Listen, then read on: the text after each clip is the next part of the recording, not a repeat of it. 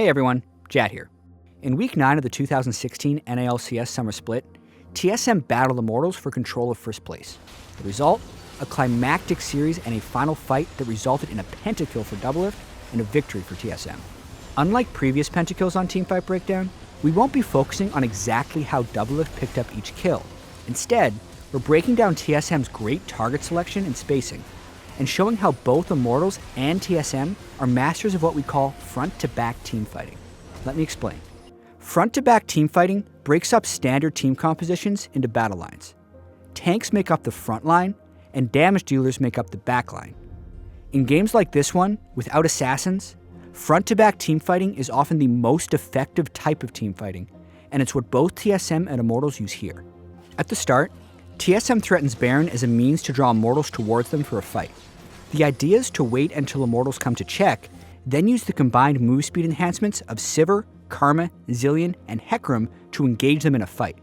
Notice how Immortals move forward with proper fight lines.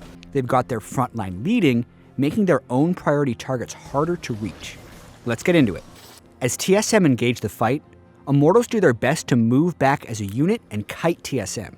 Huni's Tahm Kench uses Tongue Lash on Hauntzer's Gnar to slow his approach, while Reignover's Gragas body slams Svenskaren's Hecarim to also slow his charge. Now, the fight lines are abundantly clear.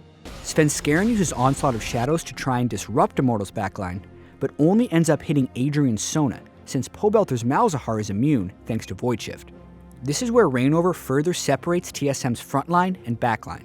He lands a terrific explosive cask, knocking Bjergsen's Zilean and Biofrost Karma back, and Hauntzer's Gnar forward. Immortals then use nearly everything to try and burst Haunter down before Bjergsen can make it back in range to Chrono Shift. Pobelter uses Nether Grasp, Wild Turtle uses Enchanted Crystal Arrow, and Adrian even uses Crescendo. But it wasn't quick enough. Unfortunately for Immortals, Bjergsen lands Chrono Shift on Haunter at the last possible moment. If Immortals would have been a fraction of a second faster, they would have removed TSM's beefiest frontliner from the battle and would have been free to focus on TSM's damage dealers. While Haunter is reviving, damage shifts to Svenskaren, who gets taken out. And this is where things get confusing for Immortals.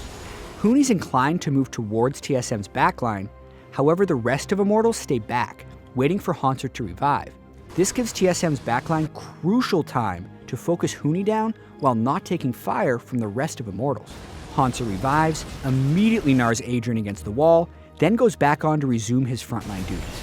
As Haunter's falling back, Wild Turtle follows slightly too close and exposes himself to TSM's backline without having much protection or CC from his own frontline. Bjergsen then lands a double bomb stun onto Wild Turtle and Huni, and the fight begins turning in TSM's favor.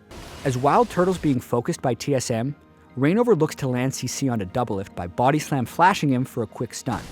This is quickly answered by a QSS from Doublelift, who stays back to resume damaging Immortals. Meanwhile, Huni devours Wild Turtle for protection, but now Immortals are out of ways to prevent damage and are in full retreat. Huni falls to Doublelift, and Wild Turtle flashes back to the rest of his team. Now, since Immortals' fight lines are gone, this is where Doublelift decides to go aggressive.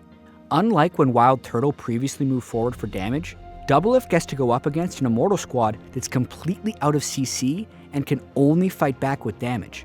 Sona ult is down, Ashe ult is down, Malzahar ult is down, and Reignover recently used Body Slam onto Doublelift himself. This gives Doublelift the confidence to flash into the backline of Immortals and go for the fight and game-winning play.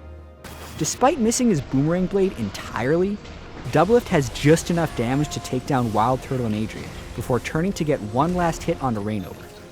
With the quadra kill secured, TSM are kind enough to haste Doublelift forward, allowing him to complete the penta.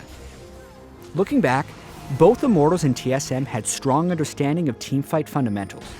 If Bjergsen hadn't been able to make it in range to cast Chrono Shift onto Haunter, or if Wild Turtle hadn't have been caught by Bjergsen's double bomb, the outcome of this fight could have been drastically different.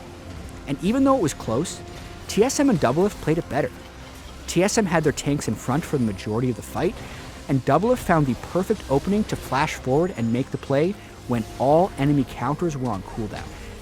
With the teamfight win, TSM secured the #1 seed heading into the 2016 North American LCS Summer Split playoffs.